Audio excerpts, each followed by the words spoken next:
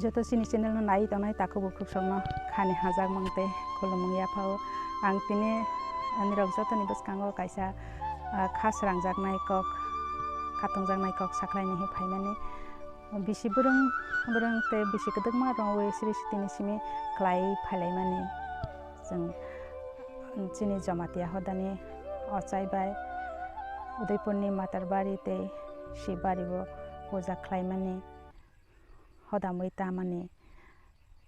or jagao jotono thangui taini thanio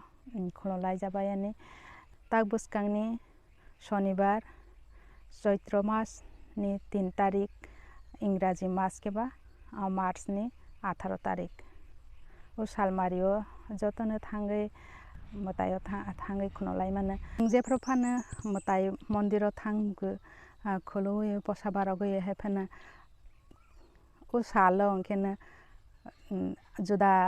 dino matayo thangmani posaroi mani sai tekisa juda hai bokha srangjak khatongjak haike ma tongo tamani homale chini baba goria bisio waisa boni bwsa bwtwirokno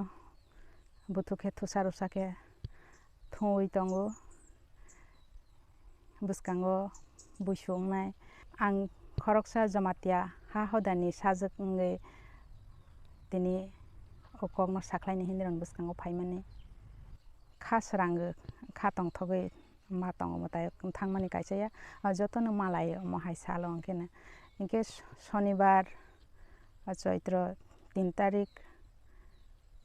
Ingraji March 18 tarik was Matarbari Shibari puja khaijaknai boni pore teini dino onkena Chaitra 4 tarik onke amagumoti teima no khunujaknai boni pore hahai teini dino 5 tarik onkena burima eba burima teima no khunujaknai boni pore 6 tarik onke kosoma teima eba khwai teima or jagao puja rojaknai chini jamatia ha hodani wngwi or jaga jotono thangui khunoi mane posaroi mane puja khlai mane haini bangui no nangkukmani kokno nirok jotoni thanio ang tini saklaini hi phaimani haikene kwrwngwi tongbaidi chini channel bai nirok jotono yaphang simi paithak jora kwrwngwi nai tongmani bangwi jotono paithago khulung.